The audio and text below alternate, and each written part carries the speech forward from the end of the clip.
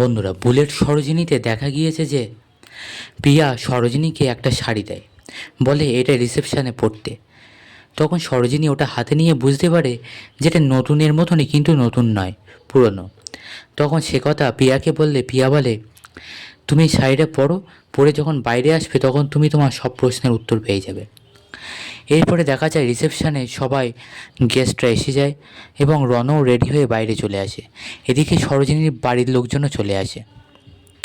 তখন রাগিনী রনকে বলে, সরোজের বাড়ির লোক চলে এসছে, তুমি যাও, অন্তত আমার কথা রেখে মাথায় রেখে ওদের কাছে যাও, এখানে কিন্তু মিডিয়াও আছে। এরপরে রনও যায়, গিয়ে নমস্কারও করে ওদেরকে। এরপরে সবাই কথা বলতে বলতে হঠাৎ শুনতে পায় নুপুরের আওয়াজ। সবার অ্যাটেনশান থাকে এবার দরজার দিকে। আসলে সরোজিনী এবার এন্ট্রি নেবে। সরোজিনীর নুপুরের আওয়াজ শুনতে থাকে সবাই।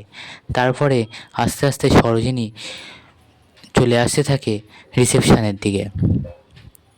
প্রথমে সবাই তো দেখে হাঁ হয়ে যায়, বিশেষ করে রণ আর কলি। কলি আর রনর তো পুরো পুরনো স্মৃতি মনে পড়ে যায়, ছোটোবেলার কথা আর মায়ের কথা, যেহেতু শাড়িটা রনর মায়ের।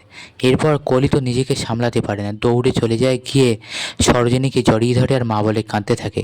কিছু সময় পরে যখন হুঁশ ফেরে তখন দেখে এটা সরোজিনী।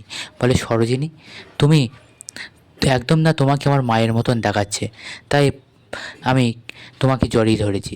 এরপর সরোজিনী বুঝতে পারে এটা রণদেববাবুর মায়ের শাড়ি, তার মানে রাগিনী ম্যামের শাড়ি। এরপর তখন সবাই সরোজিনীর দিকে হাঁ করে তাকিয়ে থাকে, বুঝতে পারে না যে কী হচ্ছে।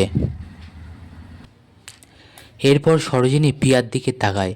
তখন পিয়াও এসে সরোজিনীকে বলে, দেখো সরোজিনী, তোমার এই কাপড় দেখে যে সবথেকে বেশি প্রতিবাদ করবে বা এক্সাইটেড হয়ে যাবে, যার সবথেকে বেশি অসুবিধা হবে, জানবে তার মধ্যেই লুকিয়ে আছে আসল রহস্য, সেই রহস্যের সঙ্গে বেশি করে জড়িত। এরপরে দেখা যায় রাগিনী দৌড়ে ছুটে আসে সরোজিনীর কাছে। সরোজিনীর হাত দুটো ধরে বলে, তুমি কোথায় পেলে এই শাড়ি, কে তোমাকে দিয়েছে, আর কেন পরেছো শাড়িটা, তুমি জানো না এই শাড়িটা আমার একদম। এরপরে নিজেকে সামলে নেয় রাগিনী, চুপ হয়ে যায় আর বলে, তোমাকে খুব সুন্দর লাগছে সরোজিনীর শাড়িটা পরে। তখন সরোজিনী বলে, আমি জানি এটা তো আপনার, বলতে যাবে যে আপনার শাড়ি, তার আগেই রাগিনী বলে যে এটা আমার খুব প্রিয় শাড়ি। এরপরে দেখা যায় রনও রাগে ফুঁসতে থাকে।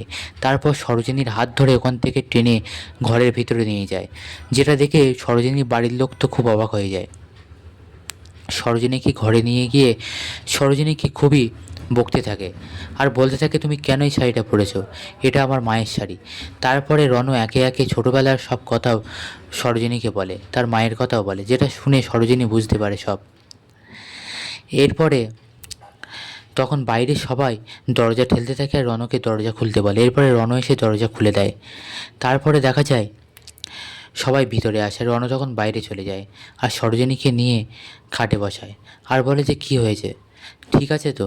আর তখন সরোজিনীর দিদা রাগিনীকে বলে, আপনি কই বলেননি তো আপনার ছেলে এত বদমেজাজি।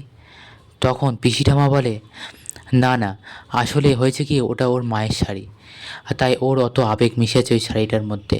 তবে সরোজিনী, এই শাড়িটা তুমি আজকে না পরলেও পারতে। এরপরে পিয়ার দিকে তাকায় সরোজিনী, তারপরে সবাই ঘর থেকে চলে যায়। এরপর সরোজিনীকে রনর ঘরে রেডি করে নিয়ে আসে।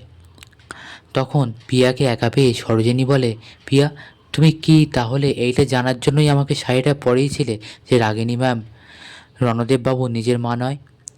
তখন পিয়া বলে, না না, এটা ছাড়াও আমি ভেবেছিলাম এক, আর হয়ে গেল আর এক। ঠিক তখনই রাগিনী ঘরে ঢোকে আর রাগিনীকে দেখে পিয়া বাইরে চলে যায়। তখন রাগিনী বলে, সরোজিনী, আজ থেকে এটা তোমার নিজের ঘর, তুমি এখানেই থাকবে, কোনো অসুবিধা হলে নির্দ্বিধায় আমাকে বলতে পারো। এরপরে সবাই ঘর থেকে চলে গেলে দেখা যায় রণও ঘরে ঢোকে আর রণকে দেখে প্রথমে সরোজিনী ভয় পেতে থাকে, রণও রেগে থাকে।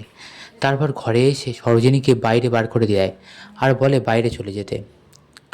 তখন সরোজিনী রণর কাছ থেকে হাতটা ছাড়িয়ে নেয় আর বলে, আমি কেন যাব, বলে ভিতরে ঢুকে আসে। তখন বলে, আমি আপনার বিয়ে করাবো, তাই এই ঘরে আমার অধিকার আছে। নিজের অধিকার ছিনিয়ে নিল সরোজিনী আর রণর ঘরে জায়গাও করে নেয়। আর রণকে বলে, এখন অনেক রাত হয়েছে, আপনিও ঘুমিয়ে পড়ুন। বন্ধুরা, পরবর্তী এপিসোডে ঠিক কী হতে চললো জানতে চোখ রাখুন আমাদের চ্যানেলে।